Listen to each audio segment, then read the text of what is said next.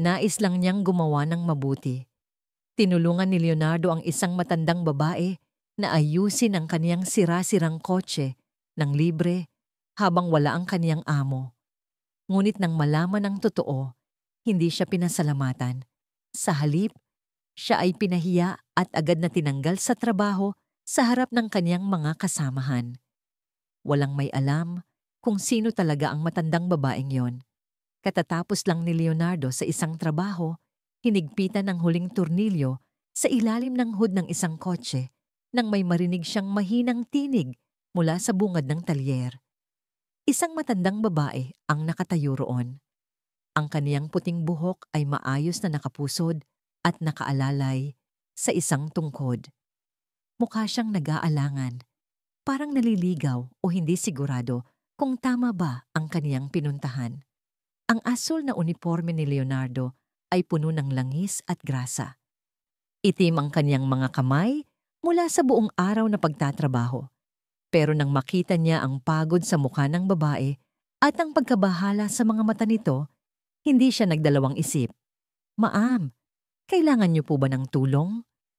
Tanong niya ng mahinahon habang lumalapit at pinupunasan ng kamay sa basahan na nasa likod ng kaniyang bulsa. Napaluha ang babae. "Tumigil po ang kotse ko sa kanto," paliwanag niya. "Hindi ko po alam kung anong nangyari. Kailangan ko pong pumunta sa botika. Kailangan ko pong kunin ang gamot ko. Importante po talaga." Tumingin si Leonardo sa orasan sa pader. Si Alfredo, ang mahigpit na may-ari ng Rodriguez Auto Shop, ay umalis upang ayusin ang ilang bagay sa supplier at babalik lamang sa pagtatapos ng shift. Ang dalawa pang mekaniko, sina Roberto at Eduardo, ay abala sa mas malalaking trabaho. Alam ni Leonardo na hindi siya dapat umalis sa pwesto, pero halatang kailangan ng babae ng tulong. "Tingnan natin," sabi niya. Kinuha niya ang kanyang toolbox at sumabay sa matanda papunta sa kanto. Ang kotse nito ay lumang modelo. Simple lang, pero halatang inaalagaan. Binuksan niya ang hood at agad nakita ang sira. Naputol ang alternator belt. Maliit, ngunit mahalagang bahagi. Sa kabutihang palad, hindi aabuti ng kalahating oras ang pagpapalit nito. Kita sa mukha ng babae ang kaba habang mahigpit na hawak ang kaniyang bag. "Magkano po?" Mahina niyang tanong. "Wala po akong gaanong pera." Binuksan niya ang kaniyang lumang pitaka, kaunting barya at maliliit na papel na pera. Hindi sapat upang bayaran ang piyesa, lalo na ang labor. Naalala ni Leonardo ang kaniyang asawa na si Jennifer at ang kanilang dalawang anak na sina Carlos at Linda. Naalala niya ang mga bayarin na hindi pa nababayaran sa bahay. Pero nang makita niya ang kaba na naroon sa mukha ng babae, hindi niya magawang humingi ng kahit anong kabayaran. "Huwag niyo na pong alalahanin," sabi niya na may ngiti. "Aayusin ko na lang po ng libre." Napaluha ang babae. "Pagpalain ka ng Diyos, iho. Naway lagi kayong ligtas ng iyong pamilya." Bumalik agad si Leonardo sa shop. Kinuha ang piyesa at binalikan ang kotse para ikabit ito. Sa loob ng wala pang kalahating oras, umaandar na muli ang sasakyan. Pilit na iniabot ng babae ang kakaunti niyang pera, pero tinanggihan ito ni Leonardo. "Gamitin niyo na lang po para sa gamot ninyo," sabi niya. "Ingat po kayo palagi." Hinawakan ng matanda ang maduming kamay ni Leonardo at bumulong. "Hindi mo alam kung gaano ito kahalaga sa akin. Darating ang araw, maiintindihan mo rin." Bumalik si Leonardo sa shop na may pagmamalaki. Alam niyang tama ang kanyang ginawa.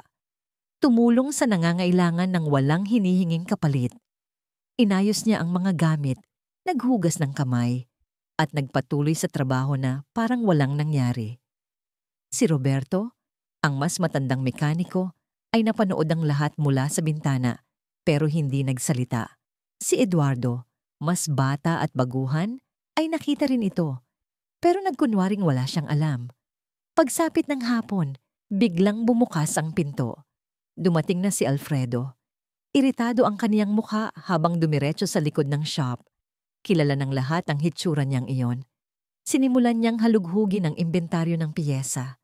At dumating ang tanong na nagpabigat sa dibdib ni Leonardo. Sino ang kumuha ng alternator belt sa istante? Malakas na tanong ni Alfredo. Tumahimik ang buong shop. Nakayuko si Roberto at tuloy lang sa trabaho. Si Eduardo ay dahan-dahang lumayo, kunwaring abala sa ibang gawain. Huminga ng malalim si Leonardo at lumapit. Ako po, Alfredo. Lumingon si Alfredo. Titig na titig kay Leonardo. Kumuha ka ng piyesa ng hindi nagpapaalam? Para po sa isang matandang babae na stranded sa kanto. Paliwanag ni Leonardo. Kailangan po talaga niya ng tulong. Sinigil mo ba siya sa trabaho? Tanong ni Alfredo. Matalim ang tono. Hindi agad nakasagot si Leonardo. Hindi po. Wala po siyang pera. Namula si Alfredo sa galit. Lumapit siya kay Leonardo. Halos magkadikit na ang kanilang mukha. Kumuha ka ng piyesa sa negosyo ko. Ginamit mo ang oras ng kumpanya at nagbigay ka ng libreng serbisyo. Anong akala mo rito? Charity? Matanda na po siya. Kailangan niya ng tulong. Pilit na pagpapakalma ni Leonardo. Wala akong pakialam. Sigaw ni Alfredo, nanginginig ang boses. Tumigil ang lahat sa ginagawa. Ito ay negosyo. Binabayaran kita para magtrabaho, hindi para mamigay ng serbisyo. Tumango si Leonardo, matatag ang boses. Naiintindihan ko po. Ibawas niyo na lang po sa sahod ko ang piyesa. Akala mo yun lang yun? Sigaw ni Alfredo. Umalis ka sa pwesto mo nang walang pahintulot. Gumamit ka ng materyales ng shop. Nagbigay ka ng libreng serbisyo. Iyon ay pagnanakaw. Parang suntok sa sikmura ang huling salitang yon kay Leonardo. Pagnanakaw? Tanong ni Leonardo. Gulat na gulat. Tinulungan ko lang naman ang taong nangangailangan. Tinulungan mong kunin ang pag-aari ng kumpanya. Mariing sagot ni Alfredo. Alam mo ba kung anong nangyayari sa mga magnanakaw dito? Tinatanggal. Parang gumuho ang mundo ni Leonardo. Hindi mo ako pwedeng basta tanggalin. Anya ramdam ang kaba sa dibdib. May pamilya ako. May mga anak ako. Hindi na tinag si Alfredo. Dapat inisip mo sila bago ka lumabag sa patakaran. Tumungo siya sa front desk. Kumuha ng isang sobre at itinapon ito kay Leonardo. Narito ang sahod mo. Lumabas ka na. Alfredo, pakiusap. Pagsusumamo ni Leonardo. Matagal na akong nagtatrabaho dito. Lagi akong tapat at masipag. Tapat? Tugon ni Alfredo na may malamig na tawa. Ang pagiging tapat ay ang pagsunod sa utos. Hindi yung palihim na nag-aastang bayani kapag wala ako. Kunin mo ang mga gamit mo at lumayas ka. Lumingon si Leonardo sa paligid. Si Roberto, na nakasaksi ng lahat, ay ibinaba ang paningin. Kita ang pagkailang, pero wala siyang sinabi. Si Eduardo ay lumayo na lang. Kunwaring may inaayos sa likod. Walang magsasalita para sa kanya. Walang maglalakas loob. Nangangatog ang mga kamay. Nilapitan ni Leonardo ang kanyang locker. Dahan-dahan niyang niligpit ang kanyang mga gamit. Mga tool at personal na bagay na kaniyang naipon sa paglipas ng mga taon at inilagay sa isang lumang kahon. Bawat piraso ay may alaala. Ang set ng wrench na bigay ng kaniyang ama nang nagsimula siya sa trabahong ito. Ang flashlight na regalo ng kaniyang asawang si Jennifer noong kaarawan niya. Isang keychain na may larawan ni na Carlos at Linda na nakangiting magkaakbay. Habang dumadaan, marahan na bumulong si Roberto. Pasensya na pare. Tumango si Leonardo, hindi kayang magsalita. Masikip ang kaniyang dibdib at namumuo ang luha sa mata. Binuhat niya ang mabigat na kahon at naglakad papalabas. Bawat hakbang ay tila mas bumibigat. Leonardo, sigaw ni Alfredo bago siya tuluyang makalabas. Huwag kang umasang bibigyan kita ng rekomendasyon.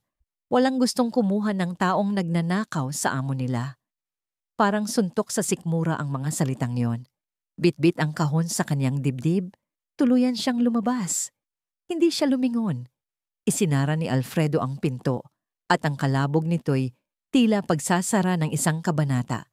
Sa labas, palubog na ang araw at ang mga anino ay humahaba sa kalsada.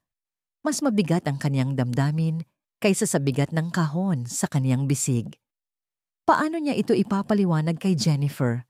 Paano niya sasabihin sa mga anak nila na nawalan ng trabaho ang kanilang ama? Habang papalakat pa uwi, ramdam ni Leonardo ang bigat sa bawat hakbang. Ang kahon ay naninikip sa kaniyang braso, ngunit ang bigat sa kaniyang puso ay mas masakit. Ginawa niya ang inaakala niyang tama, ang tumulong sa nangangailangan. Pero heto siya ngayon, walang trabaho, walang rekomendasyon, at walang pambili ng pagkain o pambayad sa upa. Pagsapit niya sa kanilang simpleng tahanan, madilim na ang paligid. Maliit ang bahay nila, pero kanila yon habang nakakabayad pa ng upa. Sandali siyang huminto sa harap ng pinto. Mula sa loob, lumalabas ang mainit na liwanag. Naririnig niya ang tawa ni Linda at ang tunog ng TV. Pagpasok niya, si Jennifer ay nasa kusina, nagluluto ng hapunan. Ngunit napawi agad ang ngiti nito nang makita ang ekspresyon niya at ang kahon sa kaniyang bisig. "Anong nangyari?" tanong niya. Halos hindi makapagsalita. Dahan-dahang inilapag ni Leonardo ang kahon sa sahig. Lumapit agad sina Carlos at Linda, niyakap siya ng mahigpit at masayang nagkwento tungkol sa kanilang araw. Yumakap siya pabalik, mahigpit, habang tumutulo na ang kaniyang mga luha. "Bakit ka umiiyak, Daddy?" tanong ni Linda habang hinahaplos ang kaniyang pisngi. "Pagod lang si Daddy, sweetheart," sagot niya, pilit na nakangiti. "Maglaro muna kayo, ha? Kailangan lang mag-usap ni Mommy." Tumakbo ang mga bata palayo at si Jennifer ay lumapit sa kanya, punong-puno ng pag-aalala.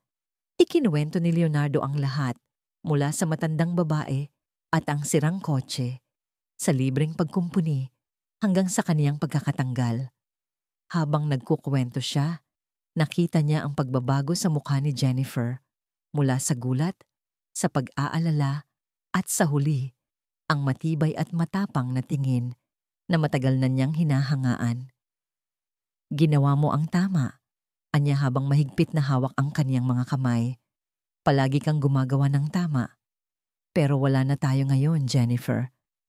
Wala akong trabaho, wala tayong kita. Paano na tayo? Paano ko mapapakain ang mga bata? Makakahanap tayo ng paraan. Palagi tayong nakakahanap ng paraan," sabi niya ng mahinahon. "Isa kang mabuting tao, Leonardo, at ang mga mabubuting tao ay hindi nawawalan ng matagal. Malalampasan natin to. Magkasama." Gabing yon, habang nakahiga sa kama, nakatitig si Leonardo sa kisame. Tinulungan niya ang isang tao, pinili niyang makinig sa puso, at ngayon, binabayaran niya ito ng higit pa sa inaasahan niya. Pero ang hindi niya alam ay ang isang munting kabutihang loob na iyon ay magpapabago sa kaniyang buhay sa paraang hindi niya inakala. Sa kabilang bahagi ng syudad, sa isang tahimik at eleganteng tahanan, maingat na isinilid ng matandang babae, si Romina, ang isang business card sa kaniyang pitaka. Sa likod nito, isinulat niya ang pangalan ng talyer at ang pangalan ng lalaking nagpabago ng kaniyang araw. Wala talagang kamalay-malay si Leonardo na ang ginawa niyang kabutihan ay higit pa sa simpleng pagkumpuni ng kotse ng isang matanda. Naantig niya ang puso ng isang taong hindi lang nagpasalamat, kundi nagpasyang suklihan siya sa tamang panahon. Ang unang mga araw, pagkatapos siyang matanggal sa trabaho, ay tila isang bangungot na hindi niya matakasan. Sanay pa rin ang katawan niya sa dating rutina. Gigising sa madaling araw, magbibihis ng uniforme, handang magtrabaho. Ngunit sa halip na pumunta sa talyer, naglalakad siya sa mga kalye, naghahanap ng kahit anong pag-asa. Bawat pintong kaniyang katok ay may dalang munting pag-asa, at bawat pagtanggi ay unti-unting kumakain sa kaniyang dangal. Ang una niyang pinuntahan ay isang lokal na talyer na pagmamay-ari ni Ginoong Antonio, isang iginagalang sa bayan at kilalang tumatanggap ng masisipag at tapat na manggagawa. Bit-bit ang kaniyang resume at isang mahinhing pag-asa, pumasok si Leonardo. Sa una, mainit ang pagtanggap ni Hinoong Antonio, ngunit nang mabanggit ni Leonardo na galing siya sa Rodriguez Auto Shop, nag-iba ang tono ng usapan. Dati kang nagtatrabaho kay Alfredo? Tanong ni Antonio na nakakunot ang noo.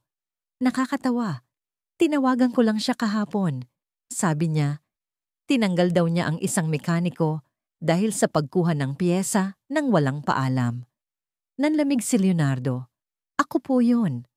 Pagamin niya. Pero hindi ako nagnakaw.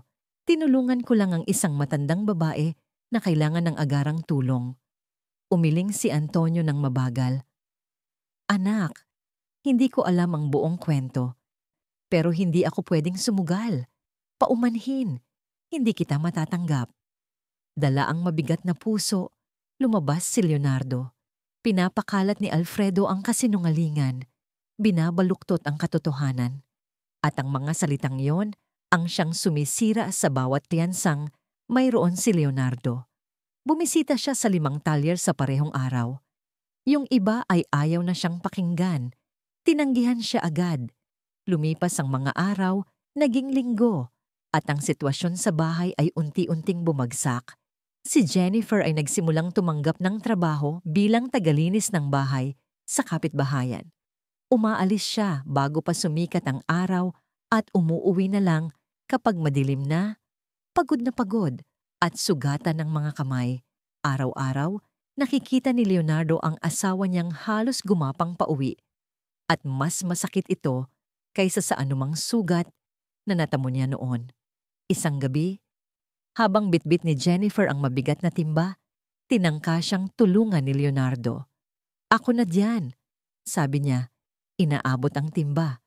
Kailangan mong magpahinga. Bukas, mas maaga akong maghahanap ulit ng trabaho. Ngunit mahigpit ang hawak ni Jennifer sa timba. Sabay natin tong binubuhat, sagot niya. Ganyan tayo mabubuhay. Pero hindi na matiis ni Leonardo ang hirap ng asawa. Napansin niya ang lalim ng eyebags nito.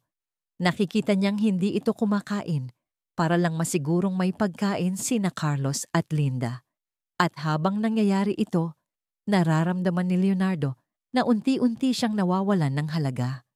Si Carlos, ang panganay, ay unti-unti nang nakakahalata. Tumigil sa paghingi ng baon. Hindi na umaangal kahit paulit-ulit na kanin at beans lang ang hapunan. Isang hapon, nadatnan ni Leonardo si Carlos sa sala. Nakaupo sa sahig, binibilang ang mga barya mula sa kaniyang alkansya. Anong ginagawa mo, anak? Tanong ni Leonardo ng mahinahon. Nagulat ang bata at tinangkang itago ang alkansya. Wala po, Dad. Mahinang sagot. Lumuhod si Leonardo sa tabi niya. Sabihin mo sa akin, anak. Puno ng luha ang mata ni Carlos. Narinig ko po si Mami kagabi. Umiiyak siya. Wala na raw po tayong pambayad sa upa. Gusto ko pong tumulong gamit ang ipon ko. Parang pinupunit ang puso ni Leonardo. Yumakap siya sa anak ng mahigpit, pinipigilang lumuha. Huwag mong intindihin yan, bulong niya. Si Daddy ang bahala. Pero ang totoo, hindi na niya alam kung paano pa. Patong-patong na ang bayarin, na-disconnect ang kuryente. Sunod, nawalan sila ng tubig. At ang may-ari ng bahay ay laging naroon. Sumisigaw pa sa harap ng mga bata. Dahil wala nang ibang mapagkukunan, nagsimulang ibenta ni Leonardo ang kaniyang mga gamit sa trabaho. Ang tanging kabuhayan na meron siya. Isang araw, hawak-hawak niya ang wrench set na bigay ng kaniyang ama nang siya'y nagsisimula pa lamang. Huwag mong ibenta yan. Pagsusumamo ni Jennifer, luhaan. Yan ay galing sa tatay mo. Kakailanganin mo yan pag nakahanap ka ulit ng trabaho. Kailangan natin ng makakain ngayon. Mahinang tugon ni Leonardo. Ang bukas, bahala na. Dinala niya ang mga tools sa isang pawn shop sa bayan. Halos hindi ito pinansin ng may-ari at nag-alok ng napakababang halaga. Alam ni Leonardo na mas mataas ang halaga noon, hindi lang sa pera kundi sa alaala.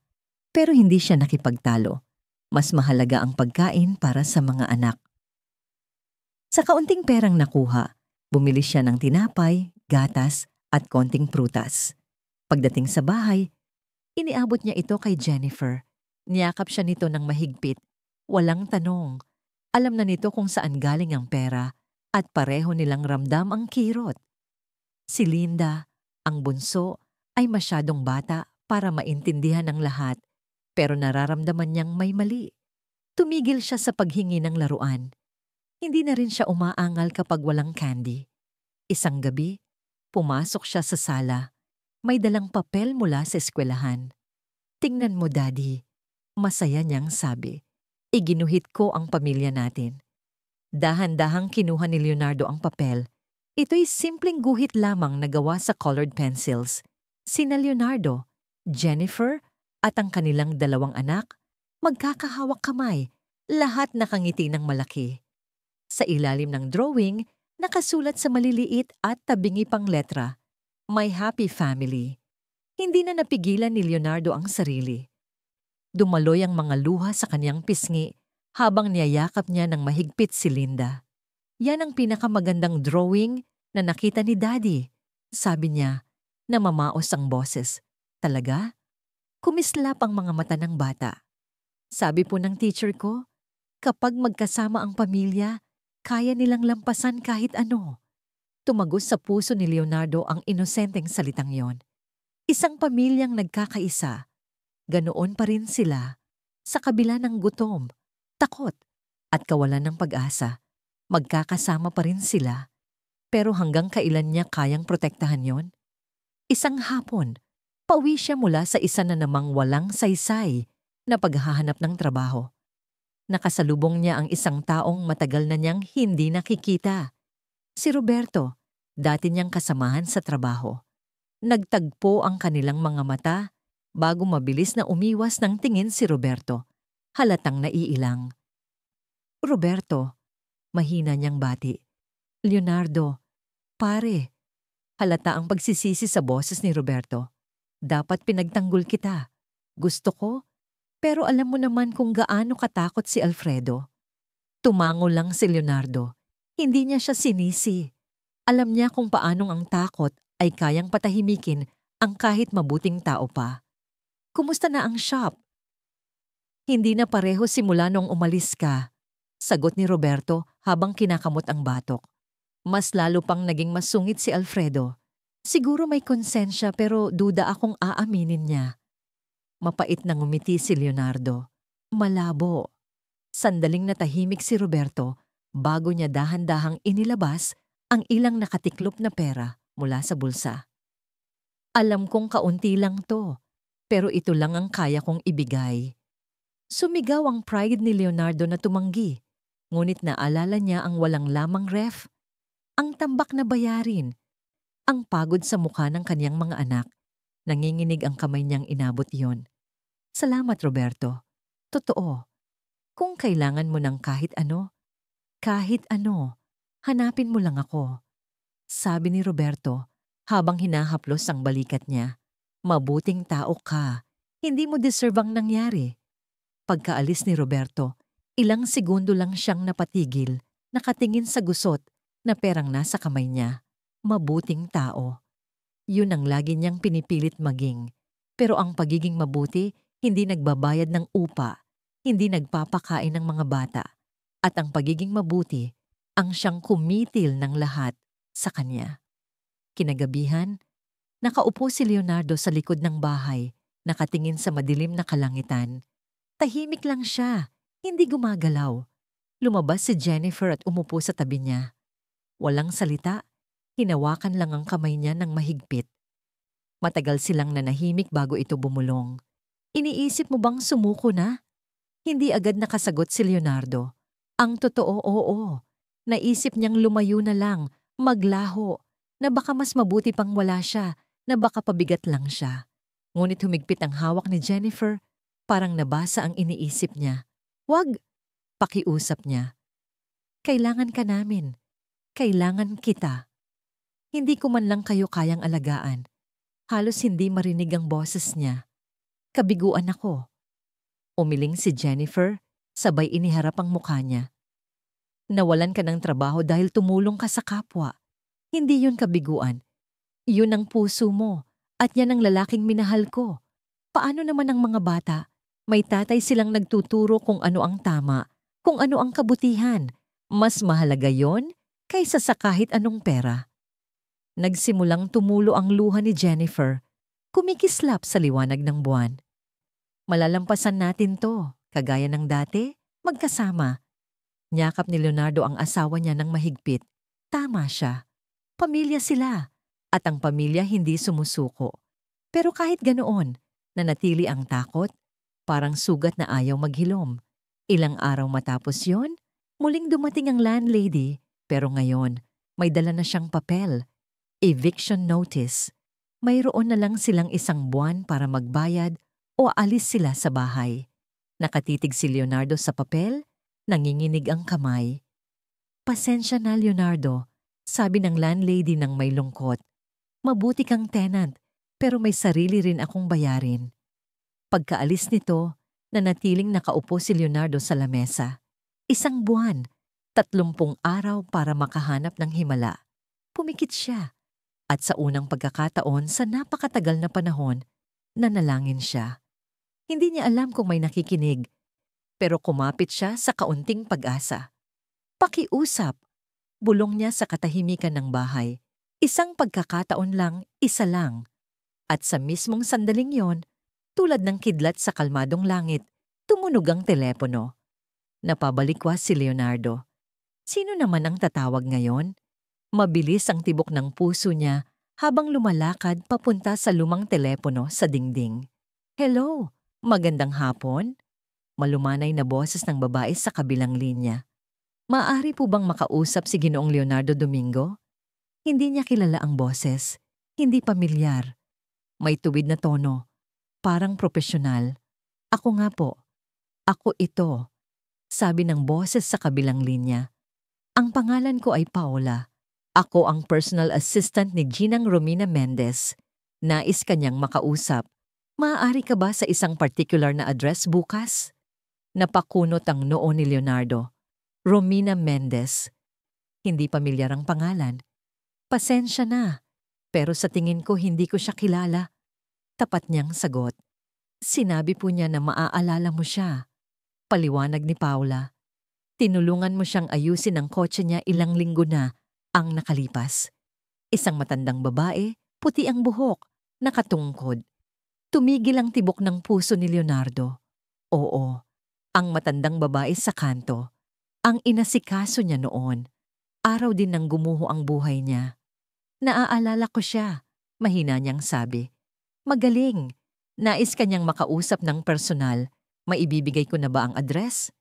Sinulat ni Leonardo ang address sa isang pirasong papel. Pagkababa ng telepono, ilang sandali siyang nakatayo lang, nakatingin sa nakasulat doon. Bakit siya tumatawag?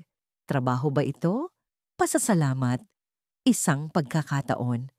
Kinagabihan, ikinuwento niya kay Jennifer ang lahat. Matagal silang nag-usap. Puro hula, puro tanong. Pero may isang bagay na muling umusbong sa dibdib ni Leonardo. Pag-asa. Mahina, marupok, pero naroon.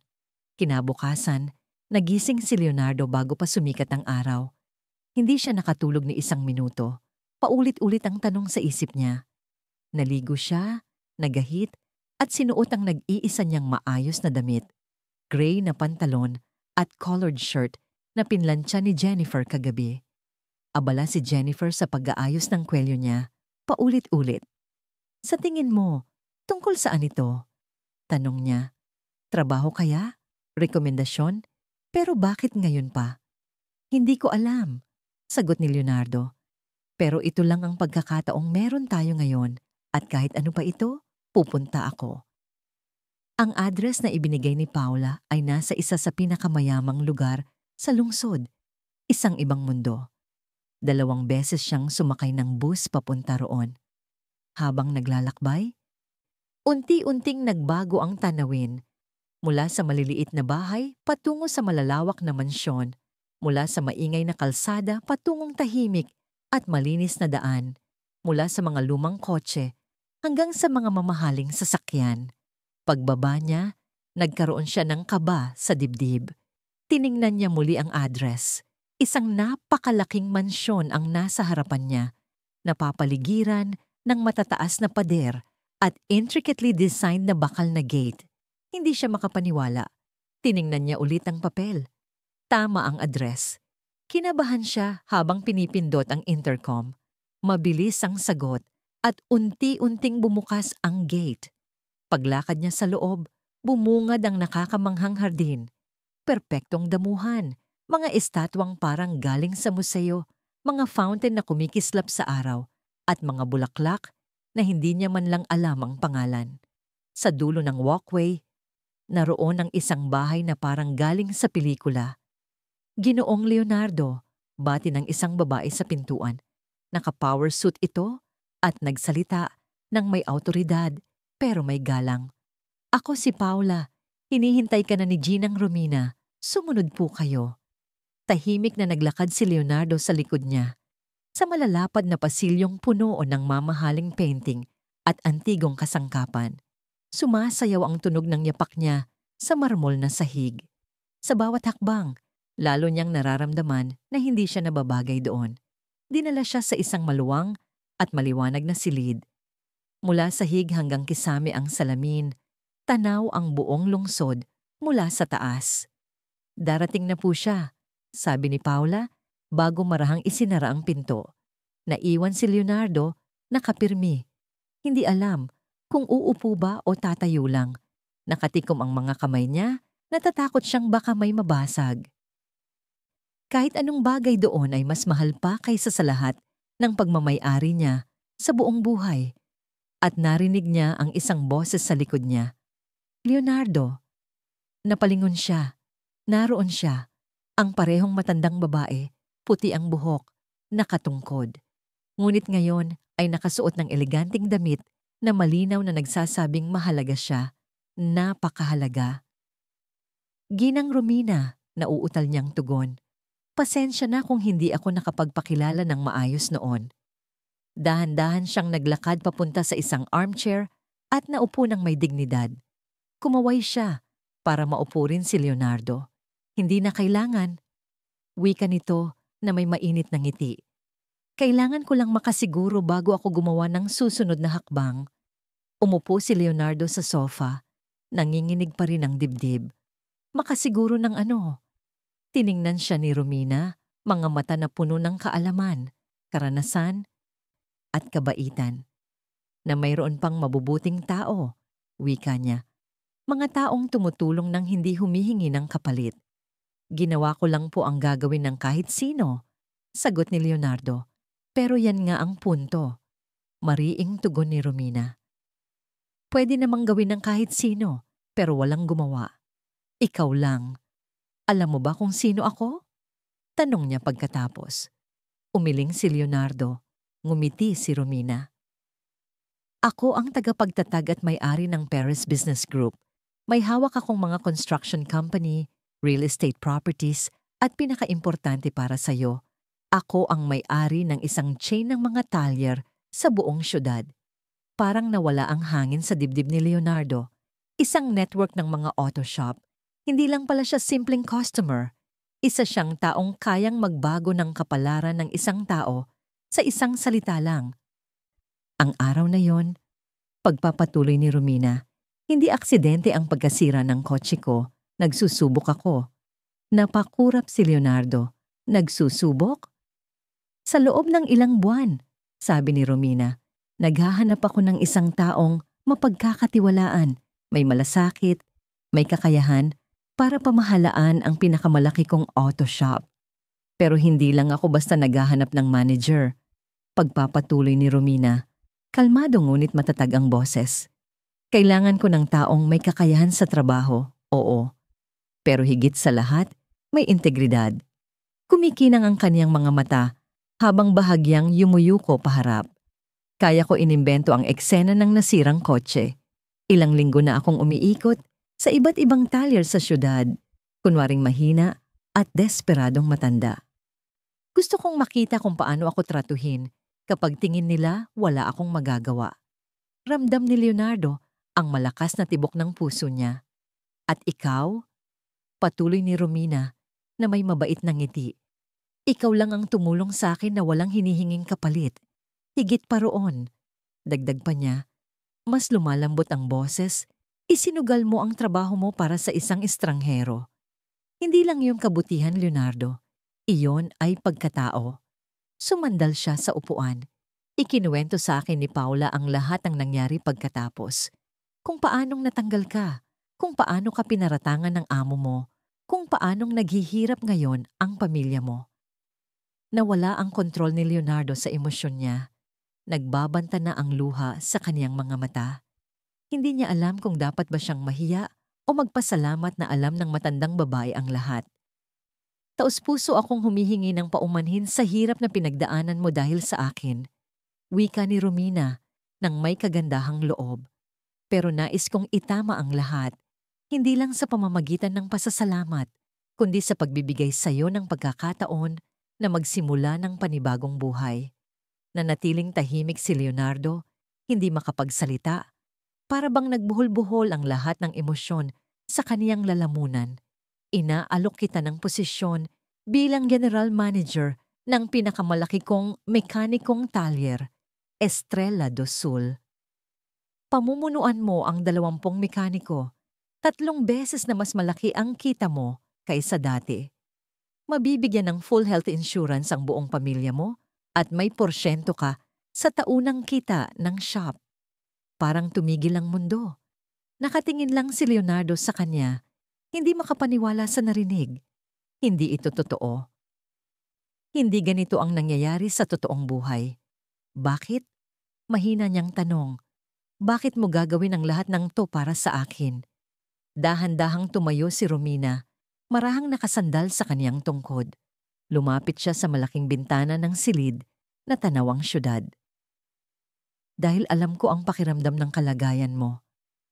Noong kabataan ko, isa akong biyudang may 2 anak. Wala akong pera, wala akong koneksyon. Nagtatrabaho akong janitor sa gabi sa mga opisina. Tahimik na nakikinig si Leonardo, bawat salita ay tumatagos. Isang gabi, habang naglilinis ako sa opisina ng isang mayamang negosyante, nakita ko ang wallet niya sa mesa, puno ng pera, sapat para mabago ang buhay naming mag-iina. Sandaling tumigil si Romina, bahagyang nanginginig ang kaniyang boses. Matagal ko iyong tinitigan, naalala ko ang aming walang lamang refrigerator, ang upang hindi ko mabayaran, ang takot, ang gutom, ang pagod. Alam kong isang abot lang, mababago ang lahat, pero hindi ko ginawa. Ibinalik ko sa kanya. Humarap siyang muli kay Leonardo na matatag ang tingin. Inalok niya ako ng trabaho. Tinuruan niya akong magnegosyo. Sa paglipas ng panahon, nagtayo ako ng sarili kong kumpanya at unti-unting nabuo ang lahat ng nakikita mo ngayon. Lumapit siya kay Leonardo at tumingin sa kaniyang mga mata. Isang desisyon lang. Ang gawin ng tama kahit masakit. Ang nagbago ng kapalaran ko. At nang makita kitang ginawa ang parehong bagay, isinakripisyo ang trabaho mo para tumulong sa isang estranghero. Alam kong dapat ko itong ibalik. Hindi na napigilan ni Leonardo ang pag-iyak. Dumagsa ang luha, hindi dahil sa sakit, kundi sa pagpapalaya. Sa matinding pasasalamat, sa pag-asa na akala niya'y nawala na. Lumapit si Romina at marahang hinawakan ang kaniyang balikat. Hindi mo kailangang magdesisyon ngayon. Umuwi ka muna. Kausapin mo ang asawa mo, magpahinga. Basta tandaan mo, ang alok na ito ay totoo at para sa'yo. Pinahid ni Leonardo ang luha sa mukha niya. Hindi ko na kailangang mag-isip pa. Nanginginig ang boses niyang sabi. Tinatanggap ko. Oh, tinatanggap ko. Ngumiti si Romina. Maluwag? Totoo. Mabuti. Magsisimula ka sa susunod na linggo. Aasikasuhin ni Paula ang lahat ng papeles at bibigyan kanya ngayon ng advance sa sahod mo. Advance? Halos hindi makapaniwalang tanong ni Leonardo. May renta kang babayaran. May mga anak kang kailangang pakainin. Hindi ka pwedeng maghintay hanggang katapusan ng buwan. Pinindot niya ang intercom. Paola, maaari ka bang pumasok dito? Makalipas ang ilang sandali, pumasok si Paola. May hawak na makapal na sobre. Narito po, Ginang Romina.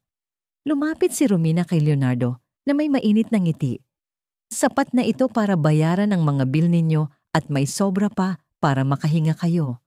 Inabot ni Romina ang sobre sa kanya. At may isa pa. Napatigil si Leonardo. Meron pa? Tungkol sa bahay, alam kong nakatanggap ka ng eviction notice. Sa kabutihang palad, may pagmamay-ari akong ilang paupahang bahay sa lungsod. Isa roon, ilang blok lang mula sa inyo, ay bakante simula kahapon. Kung gusto mo, yun na, kasama sa benepisyo mo bilang subsidized ng kumpanya. Nakatitig si Leonardo sa sobre na hawak niya, nanginginig ang kamay. Hindi siya halos makatayo, nanlalambot ang tuhod niya. Hindi sa pagkalugmok, kundi sa matinding ginhawa. Hindi na yun luha ng kalungkutan, iyon ay luha ng saya. Luha ng ibinalik na pananalig. Luha ng pusong muling nakahinga matapos malunod ng matagal. Hindi ko alam kung paano magpapasalamat. Mahina niyang wika. Ngumiti si Romina. Nagpasalamat ka na noong araw na pinili mong tumulong sa isang estranghero nang walang hinihintay na kapalit. Nang pinili mong manatiling mabuti kahit salungat ang mundo. Doon kita nakita, Leonardo. Huwag mong kailanman bibitawan yon. Umalis si Leonardo sa mansyon ni Romina na para bang lumulutang sa ulap. Habang nakasakay sa siksikang bus pauwi, mahigpit niyang yakap ang sobre sa dibdib habang tahimik na bumubuhos ang luha sa kaniyang pisngi. Luha ng tuwa, ng hindi makapaniwala, ng ginhawang matagal nang nawawala. Pinagtitinginan siya ng mga pasaherong nagtataka kung bakit siya umiiyak habang nakangiti. Ngunit wala siyang pakialam. Ang tanging nasa isip niya ay makauwi agad at sabihin ang lahat kay Jennifer. Pagbukas ng pinto, nadatnan niya si Jennifer sa kusina. Sinusubukang palawigin ang kaunting bigas para sa hapunan. Nasa mesa sina Carlos at Linda, tahimik na gumagawa ng takdang aralin. Lahat sila ay lumingon sa kanya, may halong kaba at pag-asa sa mga mata. Kumusta? Tanong ni Jennifer, mabilis na lumapit at halos bitawan ang kutsara sa sobrang pagkasabik. Anong gusto niya? Hindi agad nakapagsalita si Leonardo. Binuksan lang niya ang sobre at inilabas ang pera. Napasinghap si Jennifer, gulat na gulat. Nang hina ang tuhod niya sa sobrang emosyon. At saka ikinuwento ni Leonardo ang lahat. Tungkol kay Romina, sa mansyon, sa pagsubok, sa alok, sa bagong bahay. Pagsapit ng dulo ng kaniyang kwento, humahagulgol na si Jennifer habang yakap siya ng mahigpit. Ayaw nang bumitaw. Sumali sina Carlos at Linda sa yakap. Hindi man nila lubos na nauunawaan ang bawat detalye. Ramdam nilang may naibalik na kasiyahan sa tahanan. Sabi ko na sayo, bulong ni Jennifer habang nakabaon ng mukha sa balikat ni Leonardo. Sabi ko na, malalampasan natin to magkasama. Gabing iyon, sa unang pagkakataon sa loob ng maraming linggo, may tunay na hapunan sa mesa. Bumili si Leonardo ng lahat ng paborito ng mga bata sa palengke. Muling napuno ng tawanan ang kanilang bahay, naalis na ang bigat sa paligid. Pinagmamasdan niya sina Carlos at Linda na nagtatawanan habang kumakain at inabot ang kamay ni Jennifer sa ibabaw ng mesa. At sa wakas, tunay na katahimikan ang naramdaman ni Leonardo. Ngunit may isang bagay pa rin sa kaloob-looban niya ang gumugulo. Si Alfredo, ang taong nanghamak sa kanya. Nagsinungaling tungkol sa kanya, tinangkang durugin siya. Alam ni Leonardo, kailangan niya itong harapin. At dumating ang sandaling iyon mas maaga kaysa inaasahan. Ang unang linggo ni Leonardo bilang general manager ng Estrella do Sul ay matindi. Maaga siyang dumarating, gabi na umuuwi. Sinisigurado niyang kabisado ang bawat aspeto ng operasyon. Napakalaki ng shop, kumpleto sa makabagong kagamitan na dati tanging sa katalog lang niya nakikita. Ang 20 mekaniko sa kanyang team ay mabilis na rumespeto sa kanya. Hindi lang sa galing niya, kundi sa kababaang loob at pamumuno.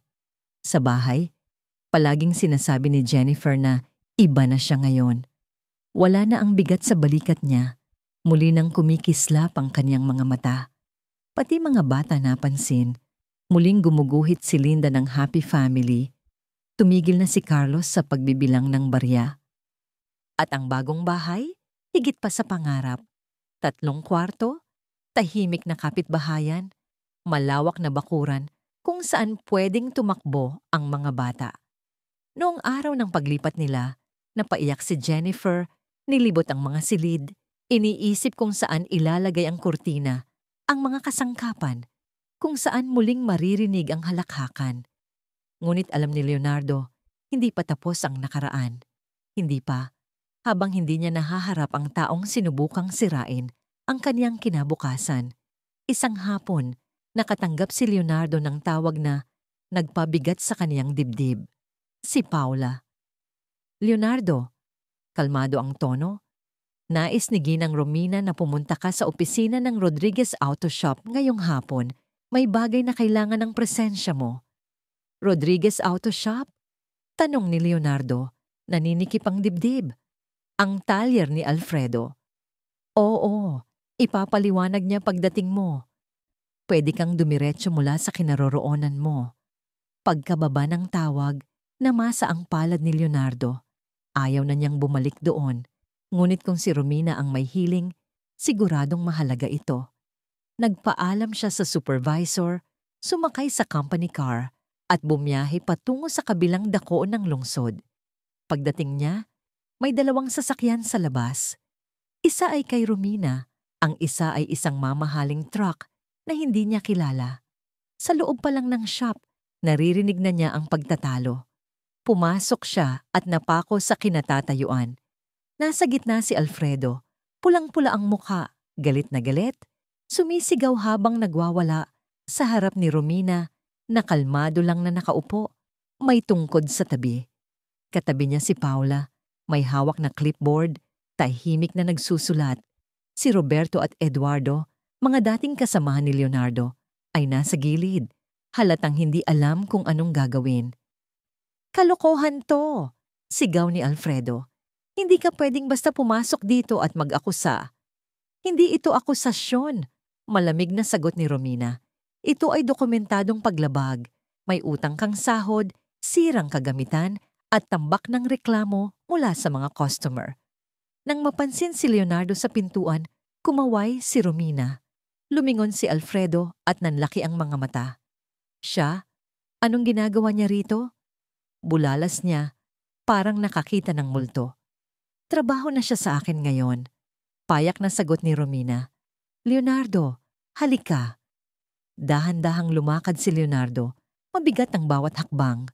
Nakita niya ang mismong lugar kung saan siya tinanggal. Pinahiya.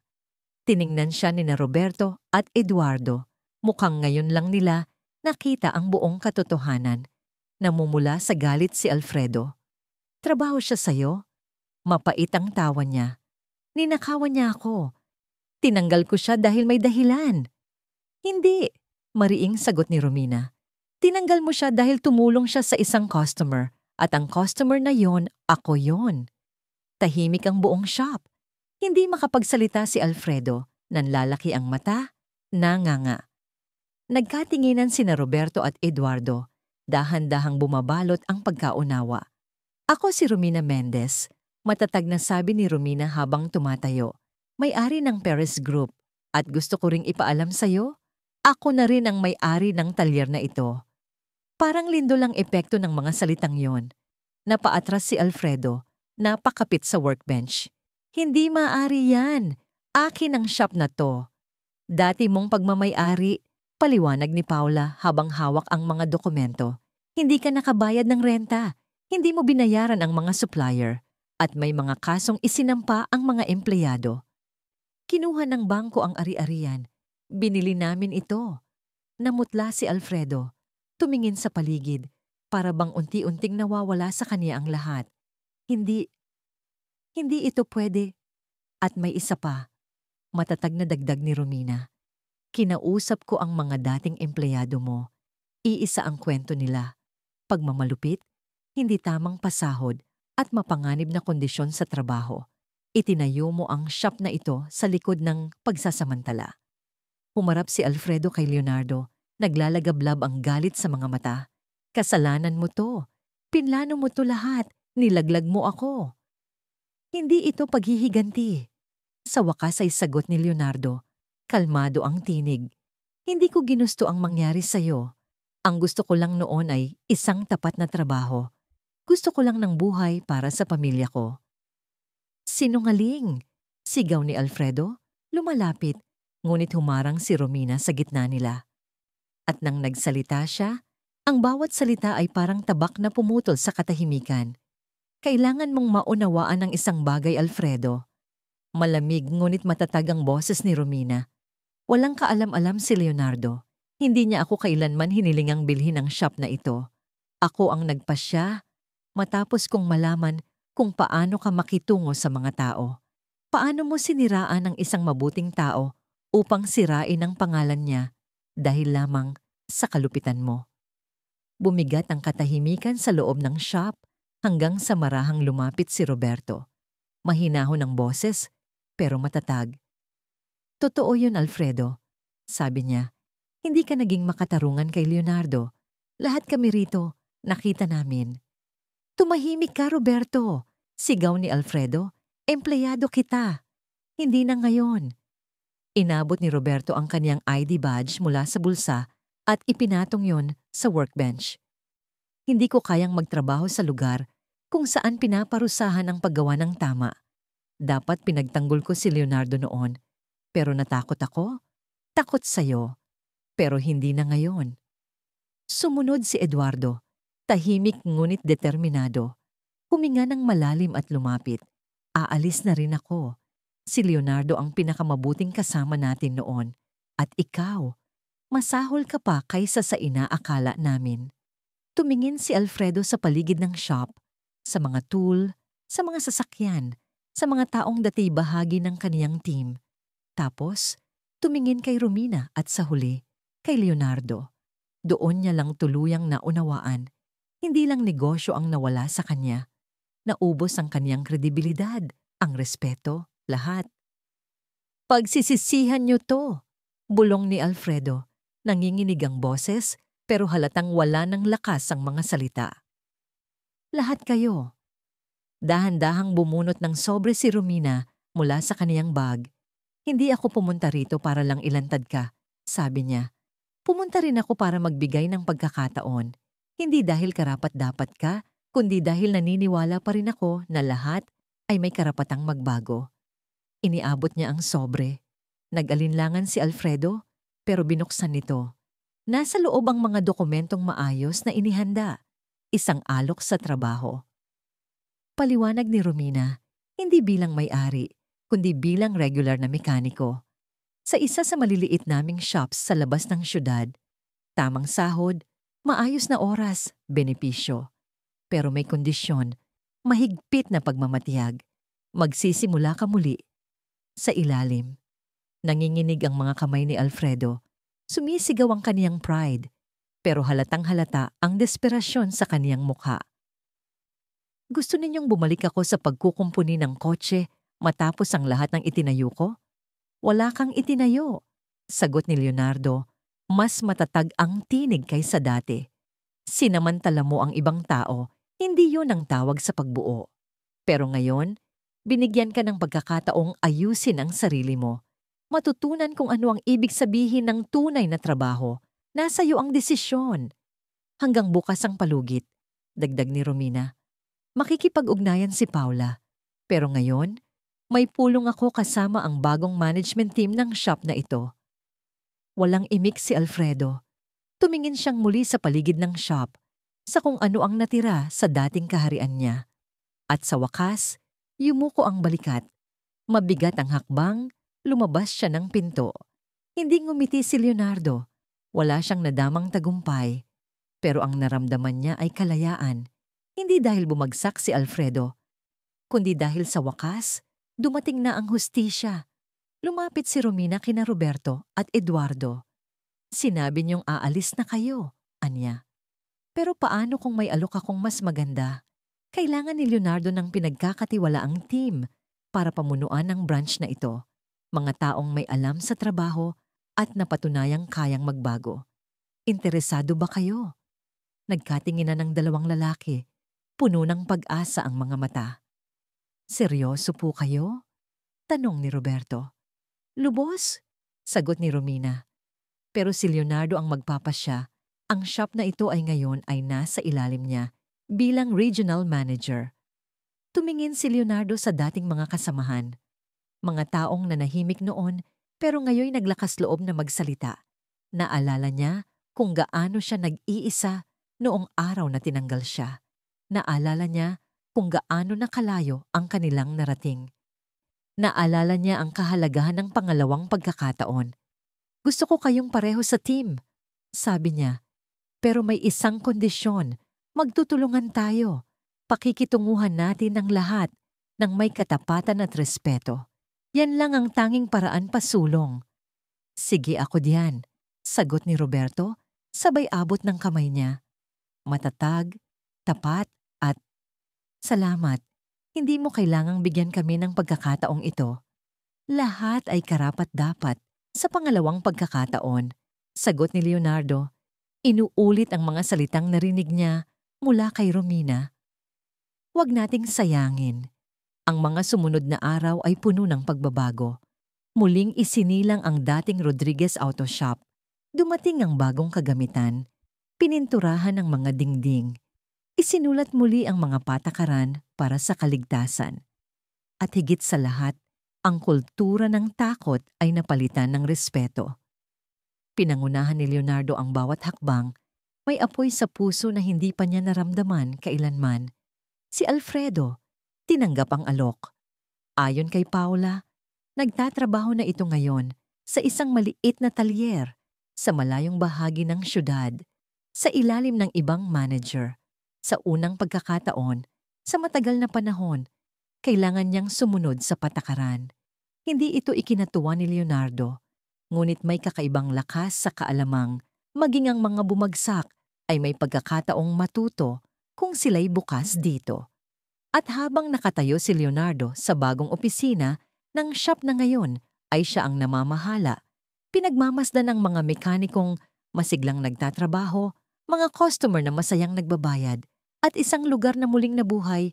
Doon niya naramdaman ang matagal na niyang hinahanap, layunin. Nawala ang lahat sa kanya.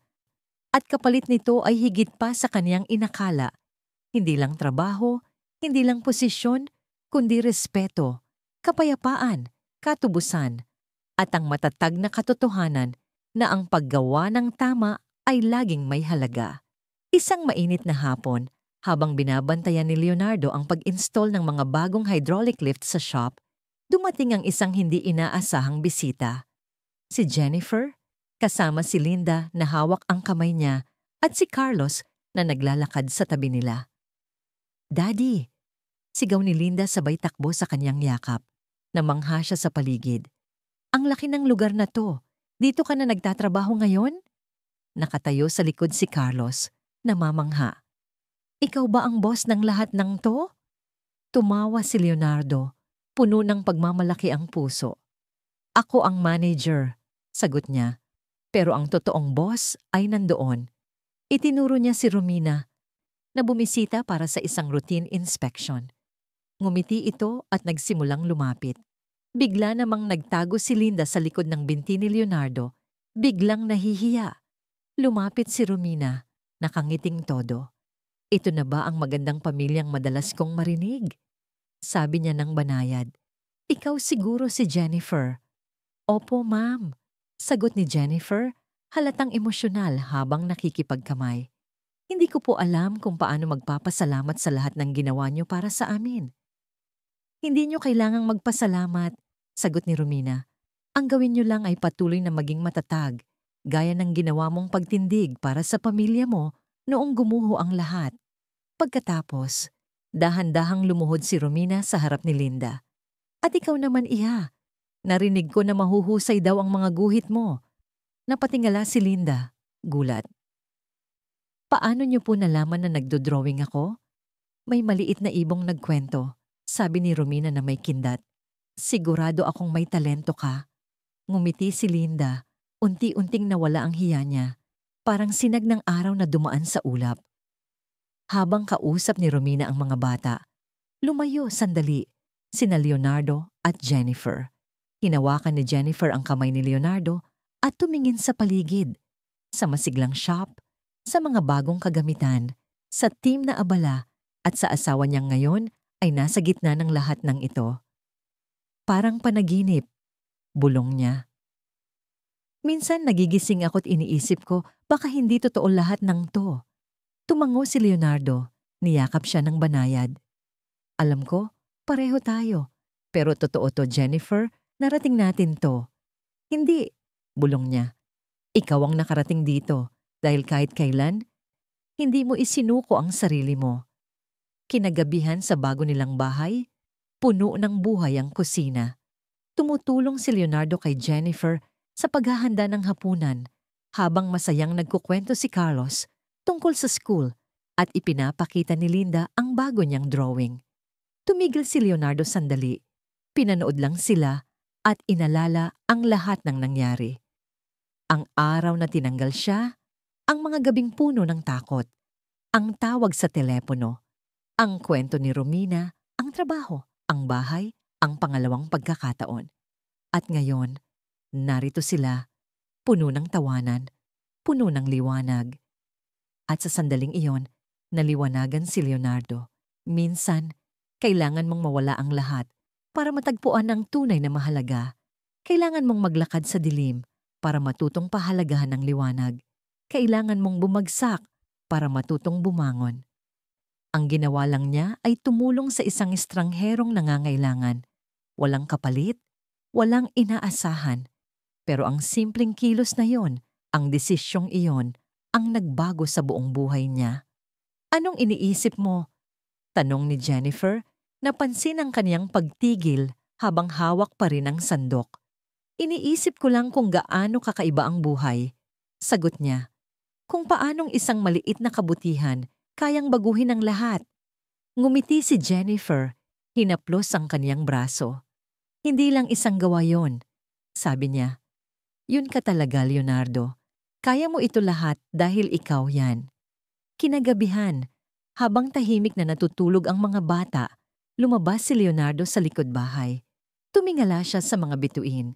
Naalala niya si Romina, kung paanong minsan din siyang wasak, kung paanong ang kabutihan ng isang tao ang bumuhat sa kanya.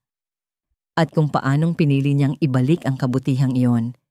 Isang siklo ng kabutihan na nagbubunga ng kabutihan pa. Pangalawang pagkakataon na lumilikha ng bagong simula. At doon, sa ilalim ng bituin, nangako si Leonardo sa sarili. Magpapatuloy siya sa siklo. Papangunahan niya ang shop ng may katarungan. Magbibigay siya ng mga pagkakataon sa mga karapat-dapat. Magiging tulad siya ni Romina sa iba. Dahil sa huli, hindi ito tungkol sa pera, hindi sa titulo, hindi sa bahay. Tungkol ito sa dignidad. Ang dignidad na pinanghahawakan mo kapag unti-unti nang nawawala ang lahat. Tungkol ito sa paggawa ng tama kahit walang nakakakita. Tungkol ito sa pagiging tunay na tao sa mundong madalas nakakalimot kung ano ang ibig sabihin noon. Pagbalik niya sa sala kung saan naghihintay ang kaniyang pamilya, ngumiti si Leonardo. Alam niyang tama ang mga naging desisyon niya, lahat-lahat. Lumipas ang mga buwan. Ang araw sa lumang Rodriguez shop ay tila alaala na lang. Nagigising si Leonardo bawat umaga na magaan ang puso. Ang Estrella do Sul ay sumisigla. Masaya ang mga customer, nagkakaisa ang team. Sina Roberto at Eduardo ay hindi lang kasamahan ngayon, kundi tunay na kaibigan. Ngayon, tunay na nakangiti ang buhay sa pamilyang Domingo. Isang maaraw na umaga, habang nirerepaso ni Leonardo ang mga ulat ng shop, nakatanggap siya ng tawag mula kay Paula. Leonardo, sabi niya sa pamilyar at kalmadong tinig. Nais kang kausapin ni Ginang Romina ngayong hapon. Sinabi niyang mahalaga ito. Muling bumilis ang tibok ng puso ni Leonardo. Matagal na rin mula nang huli silang magkita ni Romina. Agad niyang inayos ang lahat at nagtungo sa mansyon. Ang lugar kung saan nagbago ang lahat. Naghihintay si Romina sa hardin. Nakaupo sa isang bangkong kahoy, pinapakain ang mga ibon. Nang makita si Leonardo, kumislap ang kanyang mukha sa tuwa. Umupo ka rito, anak. Umupo si Leonardo sa tabi niya. Hinawakan siya ni Romina ng banayad. May sakit ako, Leonardo. Mahina ang boses niya, pero matatag. Hindi naman malubha, pero panahon na para ako'y magpahinga. Kailangan kong magdesisyon tungkol sa kinabukasan ng mga kumpanya ko. Nabigatan ng loob ni Leonardo. Ginang Romina, ako. Hayaan mo muna ako, ngiti niya. Naalala mo pa ba ang kwento ko tungkol sa wallet na ibinalik ko? Yung lalaking nagbigay sa akin ng pagkakataon? Tumango si Leonardo. Wala siyang anak. At nang pumanaw siya, iniwan niya sa akin ang bahagi ng negosyo niya. Sabi niya, pinatunayan kong kaya kong ingatan ang kaniyang pamana. Tumigil sandali si Romina. May luha sa kaniyang mga mata. Buong buhay ko, hinanap ko ang isang taong kagaya noon. Isang taong karapat-dapat, ipagpatuloy ang lahat ng itinayo ko. Halos hindi na makahinga si Leonardo sa naririnig. Gusto kong ikaw ang maging Chief Executive Officer ng lahat ng auto shops ng Perez Group. Hindi lang ito posisyon, Leonardo. Ito ay isang responsibilidad na ipagpatuloy ang kabutihan, na magbigay ng pagkakataon sa mga karapat-dapat, na panatilihing buhay ang sinimulan ng lalaking iyon at ako. Tumulo ang luha ni Leonardo. Hindi ko alam kung karapat-dapat ako.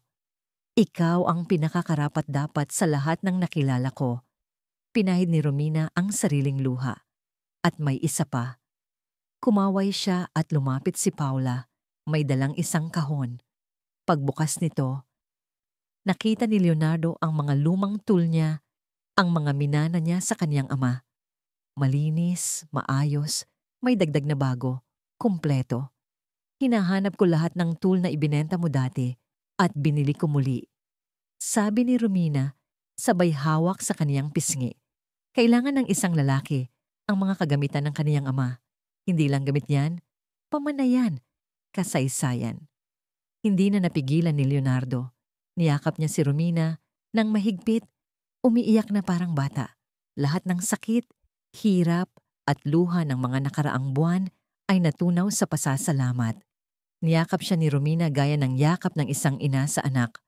Salamat, aniya sa gitna ng hikbi. Sa lahat, sa paniniwala sa akin kahit noong wala nang naniniwala. Madali lang akong naniwala, bulong ni Romina, dahil naging totoo ka lang sa kung sino ka. Ilang araw ang lumipas. Nasa bagong headquarters si Leonardo nang tumanggap siya ng hindi inaasahang bisita. Si Ginoong Antonio, ang may-ari ng unang talyer na tumanggi sa kanya. Bitbit ang kanyang sombrero, nakayuko. Leonardo, naparito ako para humingi ng tawad. Nagsinungaling sa akin si Alfredo. Hinusgahan kita nang hindi ko alam ang buong istorya. Nagkamali ako. Tumayo si Leonardo at iniabot ang kaniyang kamay. Lahat ng tao ay may karapatang mapatawad. Ginoong Antonio, wala akong galit sa puso. Matatag ang kanilang pagkamay, puno ng kahulugan. Lumipas ang mga linggo, isang gabi. Pauwi si Leonardo nang may makita siyang tagpo na nagpahinto sa kanya. Isang lalaki, bukas ang hood ng sasakyan, halatang nag-aalala.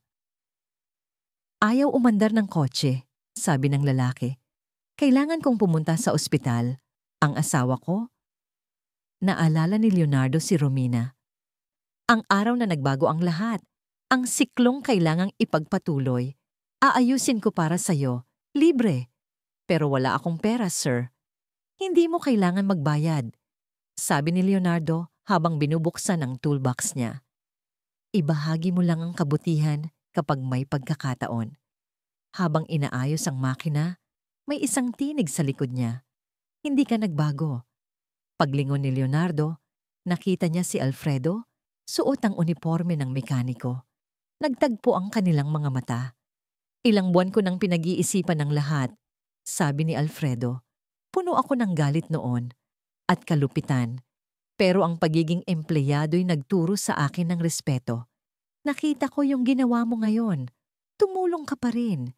Hindi ka pa rin nagbago. Inabot ni Leonardo ang kamay. Dahil naniniwala ako na kayang magbago ang tao, nagbabago ka, Alfredo. At yan ang mahalaga. Nagkamay sila. Hindi bilang kaaway, kundi bilang mga taong parehong sinubok ng buhay. Sa isang barbecue sa bagong bahay nila, puno ng tawanan. Nandoon sina Roberto, Eduardo, at ang kanilang pamilya. Nandoon si Paula, tinutulungan si Romina. Nandoon si Jennifer, Carlos, at Linda. Tumakbo si Linda kay Romina, may hawak na drawing. Lola Romina, may ginawa ako para sa'yo. Sa papel, nakaguhit si Leonardo na nag-aayos ng kotse, si Romina sa tabi niya, at ang buong pamilya na masayang magkasama. Sa ibaba, nakasulat sa makukulay na letra, ang paggawa ng mabuti, laging may halaga. Niyakap ni Romina ang drawing, lumuluha, lumipas ang panahon. Pumanaw na si Romina, payapa, ipinamana ang Perez Group sa taong alam niyang karapat-dapat. Sa pader ng opisina ni Leonardo, nakasabit ang drawing ni Linda. Si Carlos ay nasa kolehiyo, nag-aaral ng engineering. Si Linda, gustong maging guro. At si Leonardo, tuwing umaga, dumadaan sa mismong kanto kung saan nagsimula ang lahat. At sa bawat taong nangangailangan, humihinto pa rin siya. Dahil hindi tayo hinuhusgahan sa mga nawala sa atin, kundi sa mga pinili nating protektahan. Hindi sa titulong bitbit natin, kundi sa kabutihang ipinapakita natin. Isang mabuting desisyon lang ang kailangan para baguhin ang isang buhay. Siguro, pati na rin ang mundo.